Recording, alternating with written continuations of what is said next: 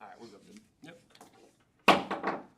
Call this meeting to order of the Tyler County Board of Education. Our mission of Tyler County Schools is to provide student-centered learning opportunities that ensure all students will learn to their potential and master the skills, ethical behaviors, and attitudes needed to be successful citizens in a 21st century economy. Right now, let's all stand for a moment of silence and pledge allegiance.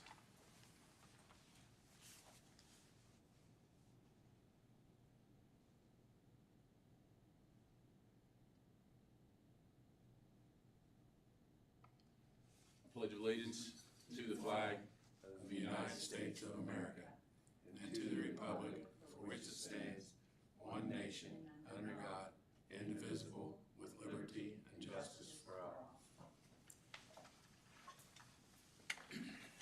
We'll turn the meeting over to Superintendent Hiley. All right, roll call. 3 board members are here. Mr. Andy Shreves, Mr. Scott Strode, Diana Stender are present. Mr. Byers and Mr. Thomas are ill, so they will not be participating tonight. The approval of the minutes of the February 16th meeting have already been approved by the State Department. Under D, student expulsion, student control number 2026-0205. We had that hearing last week, and that was approved as an expulsion. So that has been taken care of. Up next on our agenda is presentations, and we have the Middleburn Public Library, Miss Allison Watson. You guys these?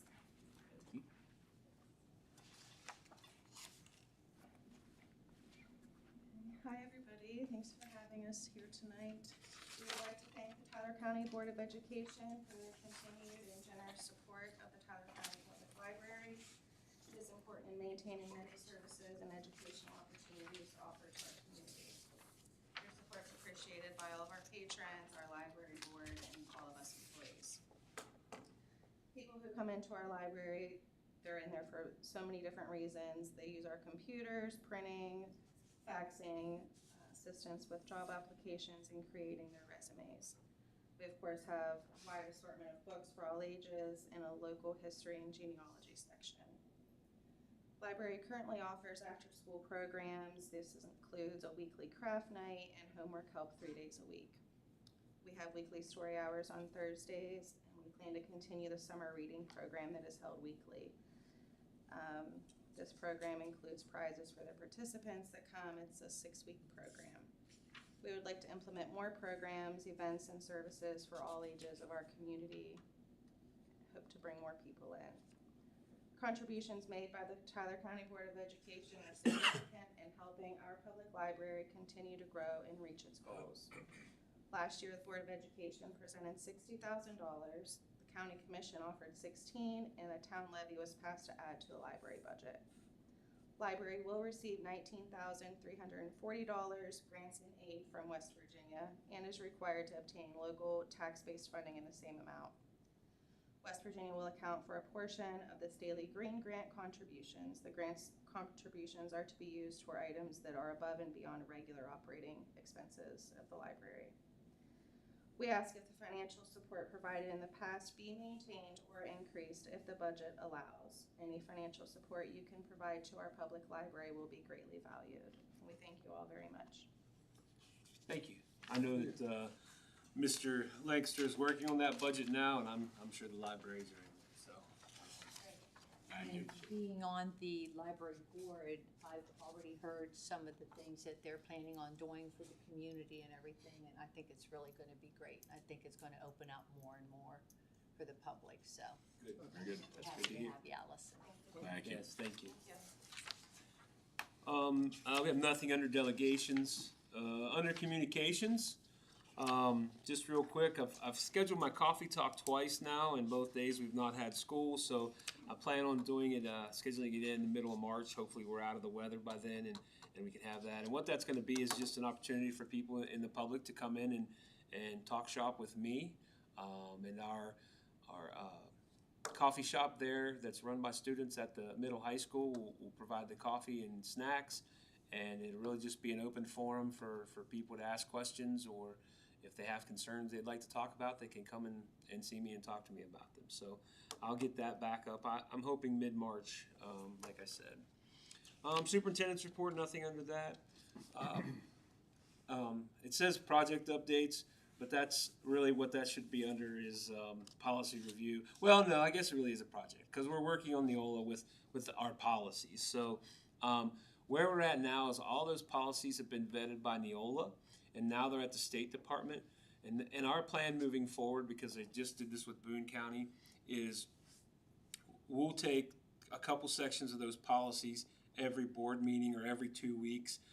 That'll give you guys the opportunity to review them and the general public to review them. So they'll be numbered now instead of letters like GLB or ACD, whatever. They'll be zeros, 1,000s, 2,000s, 3,000s, 4,000s, 5,000s, and so on. And they'll be broken into similar categories as our policy manual now. They'll just be numbered instead of lettered. They mirror, they've all been updated. All the staff here at the central office, along with some principals and other folks, have looked at those policies, and they're all vetted through Neola's attorneys, so they're up to date. And the beauty of working with Neola is every year, if policies change with legislation, they update those policies for us. So we never have to worry that our policies will be out of date or not compliant with anything that's going on with law or in the legislature. They'll also keep that maintained online for us, and what will be nice about them being online is that they will be searchable. So if you don't know what the policy is, but you know what the topic is, you'll be able to put that in the search engine, and it'll bring up every policy that has that word in it or words, and then you can find what you need to see there.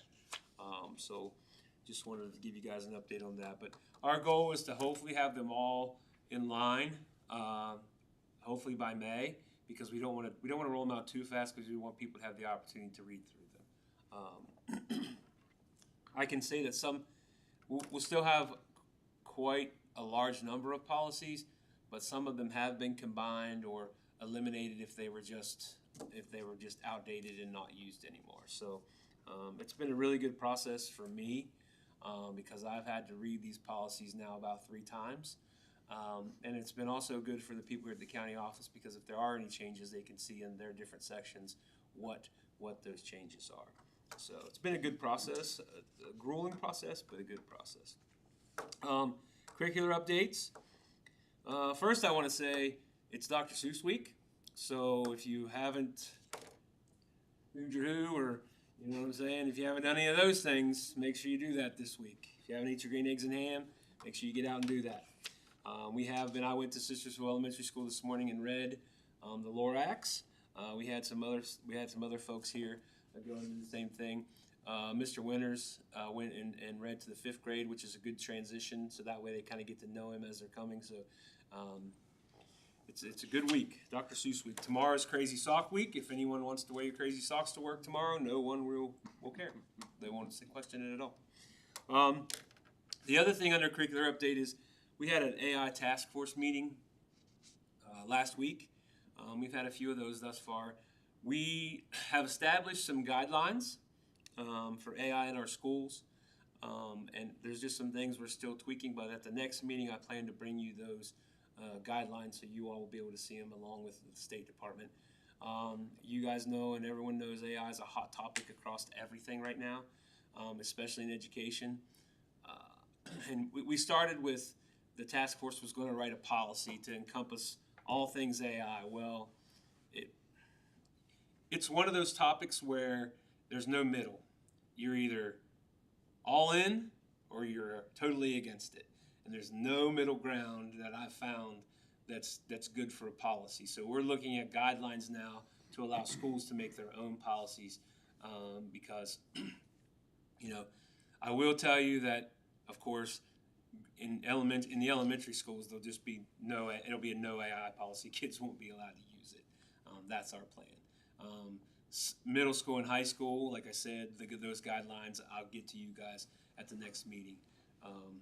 It's huge in education right now. If you look at colleges, universities, they're allowing students to use it as long as they cite it as a source. And it's just a different way of thinking, and it's crazy to think of where it was a year ago and where it is now. And it just keeps growing. So I will bring that information to you, but it is a topic that we've really been discussing internally. Nothing under committee reports, staff reports, nothing under financials. I already kind of went over the Neola policy updates. Nothing under athletic schedules. We do have a few trips there that are being planned moving forward. I would like to say that we have instituted in the county, just to try to keep ahead due to, we're in good shape with bus drivers, but there are some days we have limited or no subs that we can utilize for things. So we have been proactive in saying, so let's say there's a trip in April, that trip has to be in by March 10th. So it has to be in the month before on the 10th. We've kind of instituted that, and if it's after that, unless it's some special circumstance where the trip was offered after that timeline, we don't even consider it. So that keeps that schedule clean as far as making sure we have the appropriate amount of buses. I will tell you, since we're talking buses for a second, we do have 2 substitutes who are almost finished with training, so we'll have 2 additional substitutes coming very soon. And then we have 2 more that are working on their certification. So that would be great when we get those folks in line. But yeah, I just wanted to give you guys an update. There are a lot of trips there, but those are all covered. So on to personnel. Consideration and possible actions of the superintendent recommendation of the following personnel actions. Under resignations, Myra Baldens-Dill resigns her position as substitute cook, substitute instructional aide, effective immediately. And employ Stephen Struthers as a substitute teacher, effective immediately. So we have another substitute that we're able to use. We've already vetted the bills through the State Department. Any questions before we get out of here this evening? All right, so the next regular meeting will be March 16th at 7 p.m. Please note that there will be a training session for board members the 16th at 6 p.m. and that agenda will go out to you also at that time. It'll be a separate agenda. It'll be a separate agenda. Yep. So at this time, I would like to call this meeting